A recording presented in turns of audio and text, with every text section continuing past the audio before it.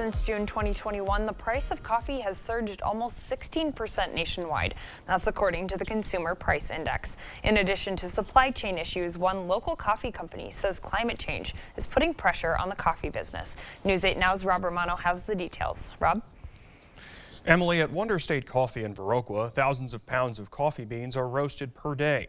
Wonder State sources its coffee from nations in Latin America and Africa. The co-owners say that some varieties of coffee are becoming less available due to climate change. It's a privilege, and it's something that we do with a lot of care and intention. Wonder State Coffee has been in business since 2005. The company sources its coffee beans from Latin America and Africa. But Wonder State co-owner Caleb Nichols says some varieties of coffee are no longer being grown because of the climate. There's more and more varieties of coffee that people have planted now that are more climate resilient, but those same varieties also don't have the kind of unique flavors that we're really looking for. If you take a walk at Wonder State's Viroqua roasting location, you'll see stacks of coffee beans from Mexico, Guatemala, and other nations.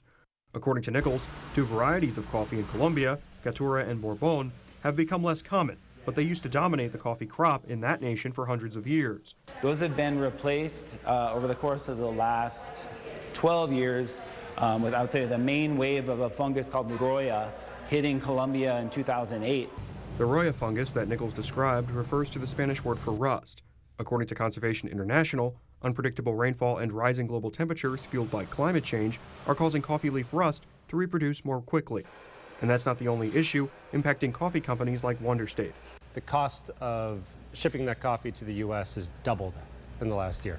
In the coming weeks, we'll be implementing a modest price increase just to help cover those costs of business.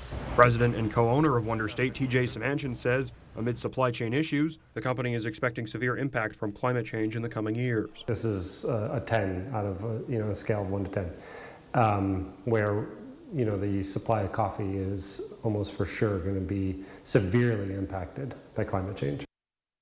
And with regard to doing its part to fight climate change, all of the electricity at Wonder State's Viroqua Roastery is from solar panels. Emily, back to you.